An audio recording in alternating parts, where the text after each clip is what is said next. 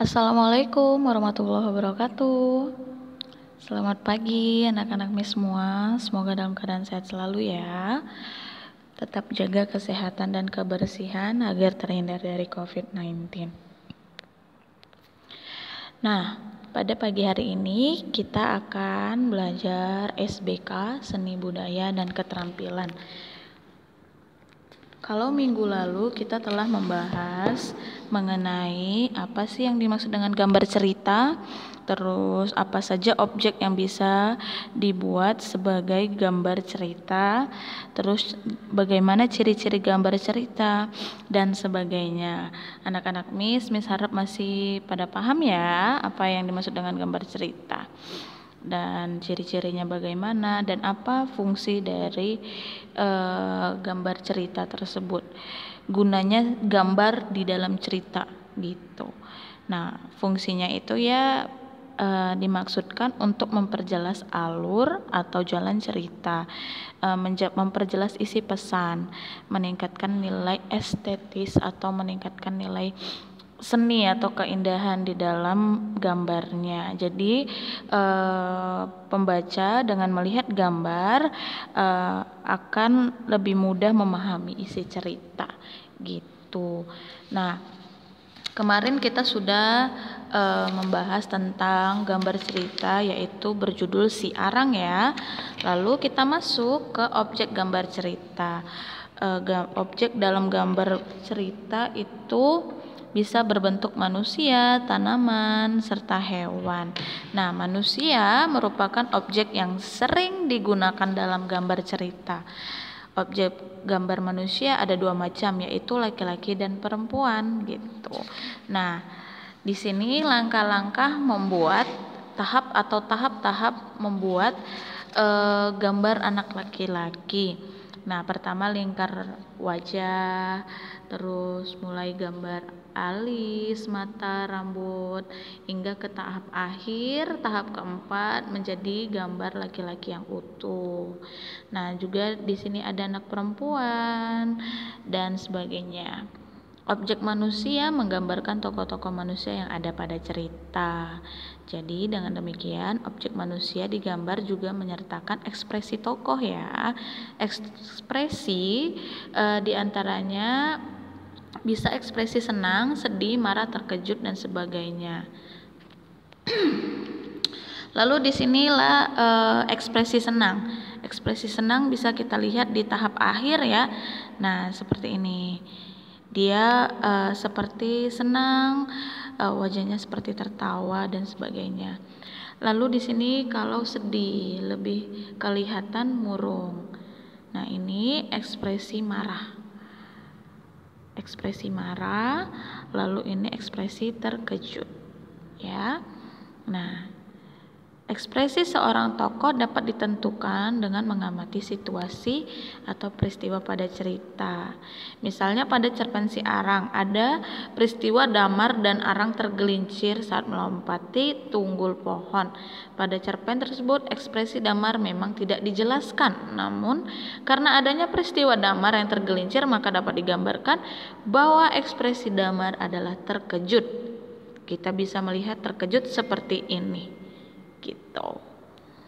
Nah, ini contoh ekspresi terkejutnya yang waktu Damar tergelincir ya nak. Tuh. Lah, lalu ini ekspresi senangnya Damar.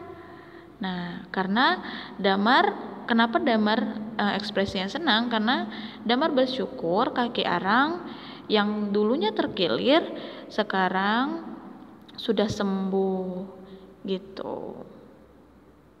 Karena kalau tidak terkilir kakinya, Arang pasti sudah diambil pencuri. Jadi Damar sangat senang gitu di dalam cerita. Nah, inilah contoh gambar ekspresi. Nah, kalau gambar ini ekspresinya apa ya? Ekspresi sedih. Kalau ini ekspresi senang. Nah, kita masuk ke bagian 2 yaitu binatang.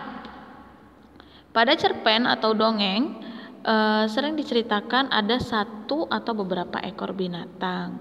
Terlebih pada cerita fabel ya, pada cerita fabel. Pada cerita fabel atau yang semua tokoh dalam cerita adalah binatang. Nah, ini dia.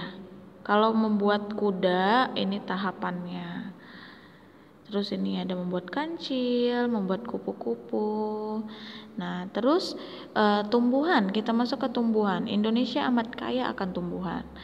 Dan tumbuhan dapat ditambahkan pada gambar supaya gambar cerita semakin bagus. Seperti pohon, bunga melati, dan semacamnya. Nah, ini ada bangunan. Di dalam bangunan seperti digambarkan rumah atau istana. Jadi kalau ini seperti rumah, inilah tahapan membuat rumah. Terus ini istana, gitu ya. Kalau yang ada buku bisa dilihat pelan-pelan di bukunya. Nah, di sini kita masuk ke tahap selanjutnya, yaitu membuat gambar cerita. Setelah kita mengetahui objek-objek, lalu kita bisa membuat gambar cerita. Objek gambar ditentukan dengan memperhatikan suasana peristiwa dalam cerita. Untuk menentukan objek dari sebuah cerita, cobalah kita baca dengan seksama potongan cerpen berikut. Tuan Mugabe seorang pengusaha kayu. Ia mempunyai banyak pekerja yang pandai membuat kayu-kayu gelondongan menjadi meja, kursi, dan lemari yang bagus. Ia juga mempunyai 2 penebang kayu yang bertugas sebagai menebang pohon di perkebunan miliknya. Suatu hari, 2 penebang kayu yang bekerja untuknya sakit. Tuan Mugabe mencari 2 penebang kayu yang baru. Cukup banyak pekerja yang melamar, namun akhirnya Tuan Mugabe memilih 2 pemuda, yaitu bernama Leo dan Simon. Leo berbadan kurus dan kuat, Tuan Mugabe tak ragu untuk mempekerjakannya. Simon bertubuh sedang, namun semangatnya untuk bekerja cukup besar. Nah, berdasarkan potongan cerpen, kamu dapat menentukan objeknya apa saja ya. Objek gambar itu yaitu ada manusia dan tumbuhan, karena Tuan Mugabe seorang pengusaha kayu. Nah, jadi objek manusianya diantaranya ada Tuan Mugabe, Leo, dan Simon. Kalau tumbuhannya yaitu pohon serta tanaman yang lainnya. Nah, inilah objek manusianya, Tuan Mugabe. Ya, dirincikan seperti ini. Terus kalau tadi katanya Leo, dijelaskan dia seorang penebang kayu memiliki badan yang besar dan kuat. Ini Leo. Sedangkan Simon dia dijelaskan seorang penebang kayu memiliki badan yang sedang, namun semangatnya tinggi, semangat untuk kerja. Ini Simon. Nah, jadi objeknya ada manusia dan tumbuhan. Ini objek manusia. Sekarang kita lanjut objek tumbuhan. Objek tumbuhan pastinya pengusaha kayu berkaitan dengan pohon ya. Nah, inilah objek tumbuhan yang berdasarkan penggalan cerita. Ada pohon, semak-semak, dan bunga.